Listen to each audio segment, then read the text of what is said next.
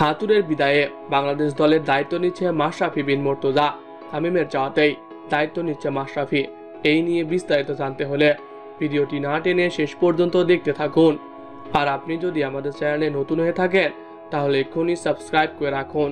আর ইতিমধ্যে সাবস্ক্রাইব করে থাকলে আপনাকে অসংখ্য ধন্যবাদ। বাংলাদেশ দলের বর্তমান কোচ হাতুড়ে সিং বাংলাদেশের সাথে আর থাকতে চায় না। এই নিয়ে ঈদের আগের দিন রাত থেকে সোশ্যাল মিডিয়ায় একটি স্ক্রিনশট ভাইরাল হয়। অবশেষে জানা যায় তিনি আর বাংলাদেশে আসছেন না। নিজের দেশ অস্ট্রেলিয়া থেকেই তিনি জানিয়ে দিয়েছেন তিনি আর বাংলাদেশে ফিরবেন না। এর পরপর তামিমের সব শর্ত মেনে নিয়ে তাকে জাতীয় দলে ফেরায় বিসিবি বস নাজমুল হাসান পাপন জানায়, তামিম আমাদের কিছু শর্ত দিয়েছিল, সেই সব শর্তের মধ্যে হাতুড়ির বিষয়টা অন্যতম ছিল। যেহেতু হাতুড়ি নিজে থেকে অব্যাহতি দিয়েছে তাই তামিমের ফেরাটা নিশ্চিত। তামিমকে আসন্ন জিম্বাবুয়ের বিপক্ষে সিরিজে দেখা যাবে বলে জানান পাপন। তবে হাতুড়ের শূন্যস্থান কাকে দিয়ে পূরণ করবে বিসিবি, এই নিয়ে পাপন জানায়, আমাদের হাতে অনেক কোচ আছে, আমরা সবাইকে নিতে চাই না। আমরা চাই দেশের কেউ আমাদের দলের দায়িত্ব নিক।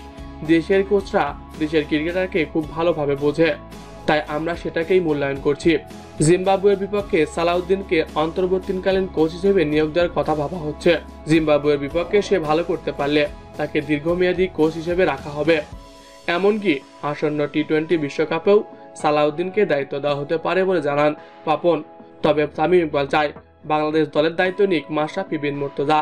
মাশরাফি যেন সবসময় দলের সাথে থাকে, এই জন্য বিশ্বকাপে মাশরাফিকে মেন্টর হিসেবে চায় তামিম ইকবাল।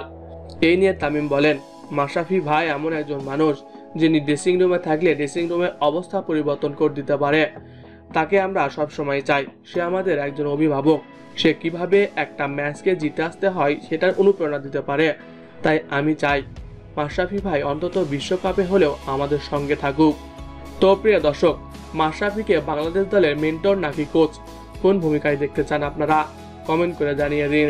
এছাড়াও খেলাধুলার সকল আপডেট সবার আগে পেতে হলে আমাদের চ্যানেলটি সাবস্ক্রাইব করতে ভুলবেন না। ধন্যবাদ সবাইকে।